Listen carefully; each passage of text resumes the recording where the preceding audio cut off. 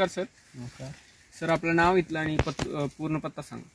माझं नाव गणेश यशवंत वाडा, मुक्काम तिलखेडा, पोस्ट आपण तालुका जिल्हा संभाजीनगर. ओके बर. आता हा आपला मक्याचा प्लॉट आहे, किती दिवसात झालेला आहे? 80 दिवसात. 80 दिवसात झालेला आहे. बरं, आता ही लागवड करून 80 दिवस झाले, तर पेरणीच्या वेळी तुम्ही काय काय दिले होते याला आपलं बेसल डोस?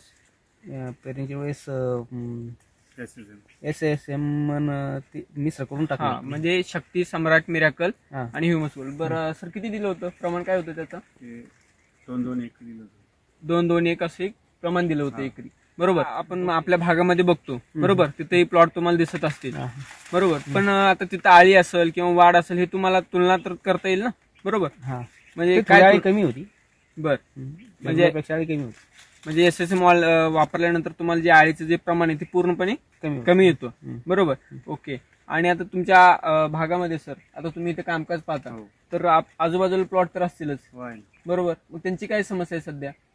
समस्या आळीचं जास्त प्रमाण आहे, रोग जास्त त्यांच्या. बरोबर, रोग जास्त आल्यामुळे वाढ पण कमी. पण आपली जर बघितली तर माझं 6 फूट तरी उंची आहे, त्याच्या वरती पण आहे. म्हणजे एक 10 फुटापर्यंत किंवा 8 ते 9 फुटापर्यंत गेलेली आहे मका. 9 फुटापर्यंत गेलेली आहे, बरोबर. हे तुमच्या भागात पाहायला मिळते का आता? नाही. 70-80 दिवसाचा प्लॉट म्हटलं तर नाही मग, बरोबर. ह्याच्या मागचं कारण काय सर?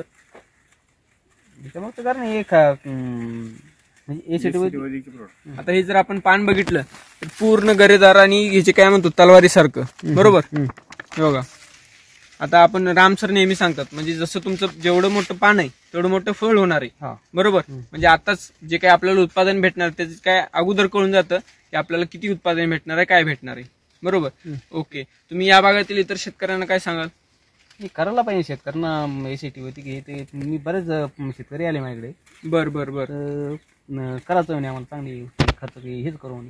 आता हा जर स्टंप बघितला आपण तर ही पूर्ण माझी मनगट बसते त्यामध्ये, बरोबर. आता ही पूर्ण प्लॉट मध्ये जरी बघितलं तर एक समान आहे, म्हणजेच काय आपल्याला जो काही चारा भेटणार आहे तो पण चांगलाच भेटणार आहे. ओके, असं चालेल. धन्यवाद सर.